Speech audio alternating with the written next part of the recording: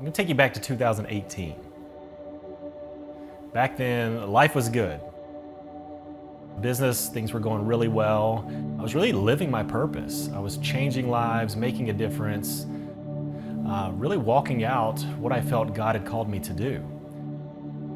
And I ended up going on a men's retreat. And on the retreat, we went whitewater rafting. And we were going along, and all of a sudden we came up to the rapids. And they were intense rapids, and the raft ended up tipping over. And I was in the back of the raft pushed over on me, and I got trapped under the rapid. And it kept pushing me down. And I remember closing my eyes, and my helmet hit the rocks. And I remember the sound of the sliding down the rocks. And the last thing I remember is thinking to myself, I'm not coming back up. And in that moment, everything just went black. And then everything went white. And there was just this bright white, and it's hard to describe the feeling, but it was like the most peaceful feeling I've ever felt in my life. Felt like I'd been a monk just meditating his whole life. Like it felt just this calm, peaceful feeling. And again, I don't know how long that lasted.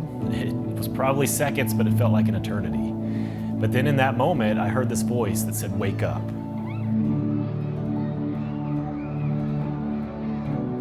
And I remember coming back to consciousness, but I was underwater, still stuck. I was actually pinned between two rocks. And in that moment, fight or flight started to kick in. I started to push, but I was still stuck. And I was wedged, and I pushed harder.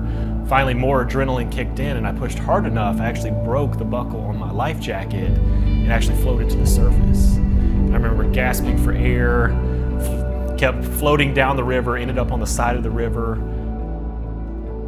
But I remember my life kind of flashing before my eyes when I went through that. And looking back, the main question I thought of was, why am I still here? Because things could have been different. What if I would have heard that voice saying, "Wake up"? What if I would have been down there one more minute? Life could have been completely different. And I started to think, looking at my purpose, because at that moment I thought I was living my purpose. And what God showed me in that moment was I was living my purpose, but I was playing way too small. That I was called for something bigger and to change more lives, make a bigger impact in this world. And for me, I started processing that, and I realized how many other people are playing life way too small. And that's why I'm really on a mission to help people wake up. And just like I heard those two words, wake up, and that's what I needed to hear to get me passionate about changing lives and making a difference.